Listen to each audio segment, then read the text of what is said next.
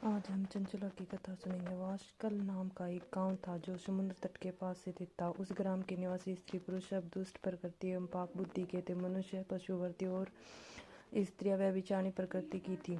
उस गांव में एक ब्राह्मण रहता था जिसका नाम बिंदु था। उसने अपनी कामता अरवास रूपवती पत्नी चंचला के होते हुए भी एक वेश्या के कोठे पर जाने लगा। इस कारण वह धीरे धीरे अपनी पत्नी से विमुख होता गया। कुछ समय तक तो चंचला अपने काम के वेग को सहन करती रही, परंतु दीर्घ समय तक वह अपनी इंद्रियों पर नियंत्रण न रख सकी। वह एक जार से रति करने लगी। एक दिन बिंदुक ने अपनी पत्नी चंचला को पर पुरुष के साथ रमण करते पकड़ लिया। वह क्रोध में भर गया।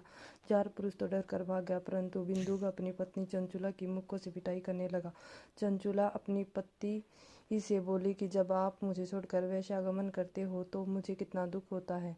कभी आपने इसका अनुमान लगाया है? मैं अपनी कामवासना को दीर्घ काल तक किस प्रकार दबाए रख सकती हूँ? पत्नी की बात सुनकर दुर्बुद्धि बिंदुक ने कहा, प्रिय, तुम ठीक कहती हो।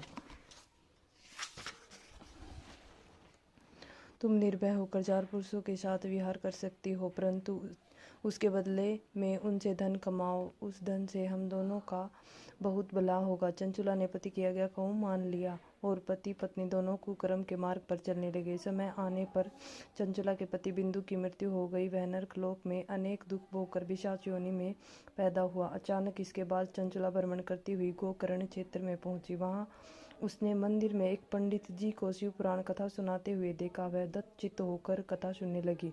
उसने कथा में जार पुरुषों में आसक्त स्त्रियों की दुष्परिणाम नरक भोग की व्यथाजनक बात सुनी तो वह कांपने लगी। कथा के समाप्त हो जाने पर सब लोगों के चले जाने के पश्चात चंचला कथावाचक ब्राह्मण के चरणों में सिर रख कर बिलखने लगी।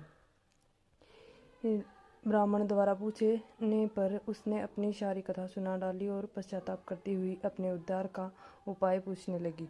ब्राह्मण ने कहा कि जिस शिव पुराण की कथा को सुनकर तुम्हारे हृदय में विवेक पैदा हुआ है, उसी पुराण को प्रतिदिन सुनने से तुम्हारा उद्धार हो सकता है। जिस तरह निर्मल दर्पण में सही प्रतिबिंब दिखाई देता है, उसी तरह शिव पुराण के सुनने से चित्त में अंबिका सहित भगवान शिव का साक्षात्कार हो जाता है। शिव जी की कथा सुनने और मनन करने से चित्त की शुद्धि तथा गणेश एवं कार्तिकेय सहित शिव जी की भक्ति प्राप्त होती है। शिव जी का भक्त उनकी कृपा से देव दुर्लभ मुक्ति प्राप्त कर लेता है। इसलिए हे चंचला, तुम्हारे कल्याण का एकमात्र उपाय शिव पुराण है का श्रवण करना ही है। ब्राह्मण की बात सुनकर चंचला उनसे ही शिव कथा को सुनने का अनुरोध करने लगी। ब्राह्मण ने उसकी प्रार्थना को स्वीकार कर लिया।